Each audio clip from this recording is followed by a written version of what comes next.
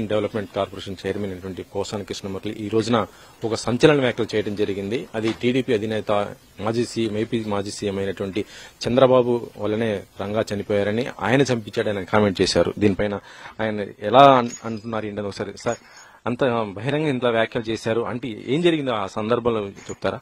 ఇది చంద్రబాబే చంపించారంటున్నారు కదా, దానికి రుజువులు ఏంటి, ఏముంది? చంద్రబాబు గారు రంగా గారిని చంపారని ఆ రోజుల నుంచి ఈ రోజుల వరకు ప్రతి నెల ప్రతి 10 రోజులకు ఒకసారి ఎవరో ఒకరు చెప్తా ఉన్నారు కదా. కొత్తగా వాళ్ళ అబ్బాయి చెప్పాడు, క్లిప్పింగ్ చూసుకోండి, రాధాబాబు క్లిప్పింగ్ చూడండి. ఆ దుర్మార్గుడు మా నాన్న చంపాడు పబ్లిక్ గా అందరూ చెప్పారు కదా, పెద్ద పెద్ద వాళ్లే చెప్పారు. నేను చెప్పేదే ఉంది.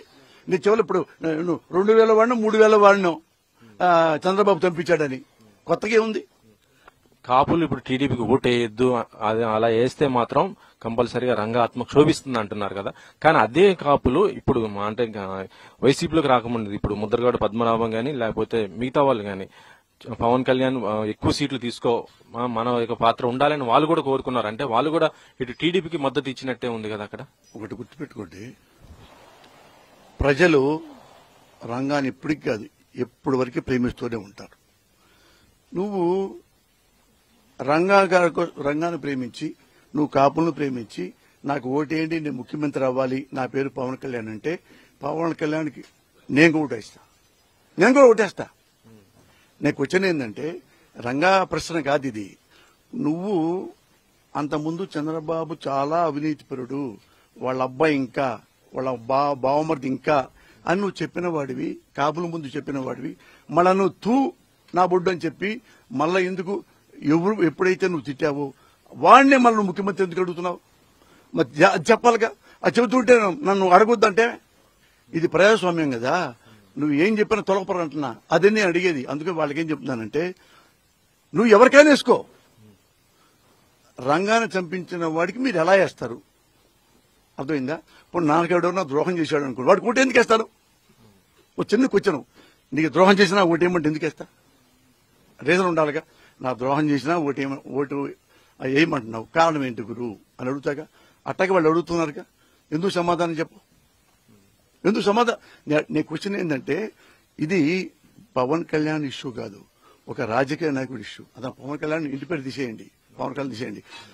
ఒక జనసేన ఒక అధ్యక్షుడు, ఈ అధ్యక్షుడు నిన్ను ఎందుకు తిట్టావు? నేనంటే ఓటర్ని 100 అంట, నా క్రెడిబిలిటీ లేదు. ఎందుకని ఎలక్షన్ ఉంచోట్లేదుగా, ఎమ్మెల్యేగా ముఖ్యమంత్రి అవ్వాలని కోరుకోవట్లేదుగా. నేను కోరుకుంటే నువ్వు బుద్ధిగా మాట్లాడతా వెళ్ళి, అమ్మ అంతమంది తప్పు చేశాను, ఇంకా తప్పు చేయను, క్షమించండి, ఏమైనా అవకాశం ఉంటే నాకు ఓటేయండి. ఇదే నేను చెప్తాను. అంటే జనసేన యొక్క ముఖ్య లక్షణం ఏంటంటే వైసీపీని అధికారం రావద్దు, మళ్ళీ జగన్ సీఎం కాకూడదు, దీనివల్ల ఓట్లు చేయకూడదని నేను ఇటు టీడీపీకి మద్దతు ఇస్తున్నానని చెప్తున్నాడు కదా. దాని పార్టీ ఎందుకండి పెట్టడం? 10 మంది 10 కార్లు వేసుకుని ఇళ్ళో చెప్పొచ్చు కదా, కార్యకర్తలాగా జగన్కేయద్దు అని చెప్పొచ్చుగా. దాని పార్టీ పెట్టి దాని సిలబస్ పెట్టి దాని మేనిఫెస్టో పెట్టి దాని జెండా వేసి దాని గ్లాస్ పెట్టి ఇవన్నీ ఈ ఎడావడి చేసి ఇవన్నీ నేను ముఖ్యమంత్రి అవడానికి వచ్చా, కానీ నాకు ముఖ్యమంత్రి వద్దు, ముఖ్యమంత్రి చంద్రబాబుకి ఏంటి అతను నువ్వెవడు చెప్పే హక్కు నీకేడుంది? నువ్వు మోసం చేసి ఆల్రెడీ నువ్వు పార్టీ పెడితే నీకు ఓటేద్దాం అనుకున్నారు. నా పార్టీ ఉన్నా నేను పనికిరాను అంటున్నావు. నీకు అడిగే హక్కు నీకేది? నువ్వు పనికిరానోడివి ఎట్టా సైజ్ చేస్తావు ఇంకో నాయకుడిని? అదే కదా నా ప్రశ్న. ఇందులో ఎవరి మీద కోపంతో కాదు, నేను ఓటర్గా అడుగుతున్నా. ఓటరే అడగాలిగా మిమ్మల్ని, ఇంకెవరు అడుగుతారు? నేను ఓటర్ని, ఎక్కడున్నా సరే ఓటర్ని, నువ్వు ఎక్కడున్నా ఓటర్వే. ఇలా ఎందుకయ్యా? నువ్వు ఆన్సర్ చెప్పు, నేను నోరు మూసుకుంటా న్యాయంగా ఉంటే. ఇప్పుడు పవన్ యొక్క అభిప్రాయాన్ని వ్యతిరేకించేసి అంటే కాపులకు అన్యాయం జరుగుతుందనే ఉద్దేశంతో ఇటు ముద్రగడ్డ గానీ లేకపోతే హరిరామ్ జోగ వీళ్ళందరూ కూడా వైసీపీలో జాయిన్ అవుతున్నట్టు పరిస్థితి ఉంది. చాలా మంది కూడా అవుతున్నారు కదా. వైసీపీ నుంచి ఎలాంటి సపోర్ట్ ఇప్పుడు కాపులకు ఉండబోతుంది అనుకుంటున్నారు? ఎట్లా ఉంటుంది సార్? జగన్ గారు అందరు ఏం చెప్పారు? ఇదే మీ పబ్లిక్ క్లియర్ గా చెప్పాలి ఈ విషయం. ఇదే చంద్రబాబు నాయుడు కాపుల దగ్గరికి వెళ్లి, మీరు అందరు నాకు ఓట్లేసి గెలిపించండి ముఖ్యమంత్రిగా, నేను కాపు రిజర్వేషన్ ఇస్తా. నిజంగా పాపం నమ్మి వేశారుగా, అయినా వేశారు. పోనీ కాపులు అందరూ బాగుపడతారని. ఎప్పుడు ముఖ్యమంత్రి అవ్వంగానే లేదు, కాపులను నోరు మూయించాడు, కాపులను అరెస్ట్ చేయించాడు, మొదటిగా అవమానం చేశాడు, మోసం చేశాడు. ఇదే జగన్మోహన్ రెడ్డిని అడిగారు. జగన్మోహన్ రెడ్డి ఏమన్నా అంటే రిజర్వేషన్లు మాత్రం నా చేతుల్లో లేవమ్మా, అది తప్ప ఏమైనా చేస్తా. అది కోర్టులో ఉంది, అది కేంద్ర పరిధిలో ఉంటుంది, నా పరిధిలో లేదు. నేను హంబగ్గా మీకు చెప్పలేను. మీకేం చేయాలంటే I can do anything for you. ఏది ఆర్థిక పరిస్థితులు ఉందా, ఇల్లు లేవా, వాకిళ్ళు లేవా, చదువు లేదా, ఆరోగ్యం లేదా, కష్టాలున్నాయా, నష్టాలున్నాయా, కన్నీళ్లు ఉన్నాయా, అవన్నీ తుడుస్తా నేను ముఖ్యమంత్రి నాకు ఇస్తే. రిజర్వేషన్ మాత్రం నా చేతుల్లో లేనిది, డబ్బు నా చేతిలో ఉంది. ఎందుకంటే ఆంధ్రప్రదేశ్లో ప్రదేశ్కి ముఖ్యమంత్రిని చేస్తారు కాబట్టి అవన్నీ చేస్తా, రోడ్లు వేస్తా, కరెంట్ ఇస్తా, నీళ్లు ఇస్తా. కానీ ఇది నా చేతిలో లేదు అని అక్కడే చెప్పాడుగా. మరి ఎందుకు నువ్వు అబద్ధం అంటాం? ఎందుకు అబద్ధం? కాబోలు ఎందుకు అబద్ధం? ఇంత అబద్ధాలని తెలిసి కూడా ఒకసారి వేశారు పాపం. ఇంకా ఇంత దుర్మార్గం తెలిసిన తర్వాత మళ్ళీ ఎందుకు వేయాలి అది అడిగా నేను. ఇప్పుడు నెక్స్ట్ గవర్నమెంట్ వస్తే కాపులకి మంత్రి పదవులతో పాటు ఒకవేళ డిప్యూటీ సీఎం ఇలాంటి కొన్ని కీలక పదవులు అయినా ఇస్తే కాపులు సాటిస్ఫై అయ్యే అవకాశం ఉందనుకుంటున్నారా? అట్లా ఉండదు గురువు గారు. జగన్ గారు ఆయన ఎప్పుడు నేను రెడ్డి కులస్తుని అని ఎప్పుడు చెప్పడు, నేను క్రిస్టియన్ అని చెప్పడు, నేను మనిషిని చెప్తాడు.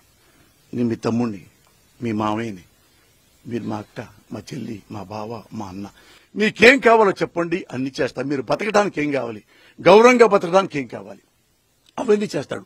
కావాలని చెప్పి ఆ ఓట్ల కోసం కాపులకు ఎక్కువ ఇస్తా, కావాలని చెప్పి ఇంకో చోటుకి వెళ్ళి కమ్మాళ్ళకి ఇస్తా, అట్లా చెప్పడు. మా ఊరుంది, ఇప్పుడు పింఛన్ ఉందండి, ఎవరు అర్హులో వాళ్ళందరికీ ఇస్తున్నాడు. అందులో కాపులు ఉన్నారు, కమ్మాళ్ళు ఉన్నారు, రెడ్లు ఉన్నారు, ఇంకో ఉన్నారు, ముస్లింస్ ఉన్నారు. అది ఓపెన్గా అందరికి చెప్తున్నాడు. అది వైఎస్ఆర్ కూడా చెప్పాడు, ఒరే మనం ఈ పథకాలు ఇస్తున్నాం మన పార్టీల కోసమే కాదు, ప్రజలందరి కోసం. ఇవి ప్రజల్లో ఎవరెవరు అర్హత ఉందో. అప్పట్లో చూడండి మరి రైతులకి, అప్పట్లో అందరూ రైతులకి మరి రుణమాఫీ చేశాడుగా. రుణమాఫీ రెడ్ల కోసం కాదుగా. ఈయన అదే మెంటాలిటీ. ఇట్లా ఓటు కోసం నేను మాట అన్నా ఆయన ఒకసారి పాదయాత్ర అప్పుడు, అన్నా ఆయన జగన్ మన వైఎస్ఆర్ గారి లాగా రుణమాఫీ చేస్తారంటే ఓట్లేశారు కదా, మీరు కూడా ఒక్క మాట అనొచ్చు కదా, మన పోస్తే ఒకసారి ఓడిపోయాం కదా. పాదయాత్ర అప్పుడు నా చేపట్టుకున్నాడు. అప్పుడు కూడా అన్న చూడండి మీరు అది ఇది మీరు కూడా రుణమాఫీ చేస్తే మన ఓట్లు పడతాయేమన్నా అన్నా. నేను తెలియనితనంతో అన్నాడు, మురళి మనం చేయలేని పని మనం చెప్పకూడదు. ఆర్థిక పరిస్థితి చాలా చాలా దారుణంగా ఉంది ఆంధ్రప్రదేశ్లో. నేను దయచేసి పొరపాటున మీకు ఇన్ని వేల కోట్లు, 20 కోట్లు, 20,000, 30,000 కోట్లు రుణమాఫీ అని నేను చెయ్యను, అట్లాంటి మాట నేను చెప్పను అని క్లియర్గా చెప్పాడు. ఎందుకంటే చెప్తాడు, ఈ ఆర్థిక క్రమశిక్షణ బట్టే మనం సర్వీస్ చేయాలి. లాస్ట్ క్వశ్చన్ సార్, ఎలక్షన్స్ దగ్గర రాబోతున్నాయి కదా, మీ యొక్క పాత్ర ఏ విధంగా ఉండబోతుంది ఏపీ పాలిటిక్స్ పైన? అంటే వైఎస్ఆర్సీపీకి మీ యొక్క పాత్ర ఏం లేదండి. నేను ఒక ఓటర్ని, నేను ఒక అభిమానిని, నేను ఒక కార్యకర్తని. జగన్ గారు ఉన్నాళ్లలో బెస్ట్ లీడర్ కాబట్టి ఆయనకి నేను ఏం చేయగలను సర్వీస్ చేస్తా. ఈ ప్రెస్ ద్వారా, మీలాంటి మీడియా ద్వారా నేను చెప్పుకుంటా ఉంటా ప్రజలకి, ఇతను ఈ పని చేశాడు, ఈ పని చేశాడు, జగన్ గారు ఇంత మంచి పని చేస్తున్నాడు, ఆయన చేస్తే ఇంకా మంచి పని చేస్తాడు అని చెప్తాను తప్ప మా తొందరగా 175 175కి 200లో గెలుస్తాడు. 200 లేవు అక్కడ, 175 ఉన్నాయి. ఇది గెలిపించండి, గెలిపితే మంచివాడు, ఈయన ఇంకా బాగా చేస్తాడు, అదే నేను చెప్పగలను. అంతేగాని నేను కాలజ్ఞానం చెప్పను. మేము ఇన్ని వస్తాయి, ఇన్ని గెలుస్తాం, నా జాతి కదా ఇవి. నేను ఆయన గెలవాలని మనస్ఫూర్తి దేవుని కూడా కోరుకుంటా, దేవుని కూడా పూజిస్తా. ఇప్పుడు జగన్ గారు గెలవాలని ముఖ్యమంత్రిగా. పవన్ కళ్యాణ్ మరి 2 చోట్ల పోటీ చేయబోతున్నాడు, గెలుస్తారా సార్? ఎన్ని 10 చోట్లైనా మీరు పోటీ చేయండి సార్. నిబద్ధత పెట్టుకోండి, నిబద్ధత. ఏమి చేయగలవో అదే చేయండి. పక్కాడికి చేయమంటే ఎందుకంటున్నా, పక్కాడికి అంటే ఇంటి పక్క ఉంటే ఇంటి పక్క కూడా అన్నం లేకపోతే అన్నం పెట్టిపోయి అంతే. ఆయన పార్టీ ఆయనకు ఉంది, చంద్రబాబుకి కబ్జా చేసిన పార్టీ ఉంది. ఆ పార్టీ కోసం నువ్వెందుకే పద్ధతిగా మాట్లాడతావు? ఎప్పుడు పార్టీ పెట్టాడు, చంద్రబాబును గెలిపించమంటాడు, పార్టీ పెడతాడు. ఎవడన్నా ప్రపంచంలో చెబుతాడు ఇవి? ఎవడన్నా ప్రపంచంలో ఒక్కటి చెప్పండి మీరు. ఫారెన్ లో ఎన్ని ప్రజాస్వామ్య కంట్రీలు చాలా ఉన్నాయి కదా ఈ భూగోళంలో. ఎవడైనా మంచి పార్టీ పెట్టి నా సదుద్దేశమని ఒక వారాహ్యను ఒక కారు పెట్టేసుకుని రోడ్ల ముందు తిరిగి అందరూ యూనిటీగా ఉండండి, యూనిటీగా ఉండండి, యూనిటీగా ఉండండి, యూనిటీగా ఉండి నాకు కాదు చంద్రబాబు కొట్టేయండి. ఏంటంటే ఇది అసలు మనకు చిల్లులు పడిపోట్ల ఎంత దుర్మార్గమైన మాటలు అవి. మానేసాయి. ఒక ఇంట్లో కూర్చొని నేను పార్టీలు మొత్తం మూసిపారేసా, ఏ పార్టీ ఇంట్లో కూర్చొని అందరు ఫోన్లు పెట్టు, మొత్తం ఫోన్లు చేయి, మా బాబుకి ఒకటి, బాబుకి ఒకటి. తప్పేలేదు. నా వల్ల కాదండి, జనసేన తీసిపారేసా, గ్లాస్ తీసిపారేసా, నా ఫ్యాన్స్ కూడా వద్దు. నేను ఓన్లీ ఓటర్ గా ప్రవర్తిస్తున్నాను, చంద్రబాబు కొట్టేయండి. ఏ తప్పు చేయి. అరే నువ్వు పార్టీ పెట్టుకుని పక్కన జెండా పెట్టుకుని ఆయన ముఖ్యమంత్రి అంటావు, ఎవడు అంటాడా? పిచ్చోడు కూడా అండవు. ఇది మొత్తానికైతే పోసాని కృష్ణమురళి చేసినటువంటి కామెంట్స్ ఏదైతే ఉన్నాయో, చంద్రబాబు ఆయన వంగవీటి రంగ హత్యలో క్రియాశీలంగా మారారని కూడా చెప్తున్నారు. అది మాత్రం సంచలనం అవుతుంది. ఏపీ పాలిటిక్స్ లో మాత్రం ఇప్పుడు ప్రస్తుతం అయితే హాట్ టాపిక్ గా కూడా మారే అవకాశం అవుతుందని కూడా చెప్పవచ్చు. కెమెరామెన్ పాషతో వెంకట్, 10 TV.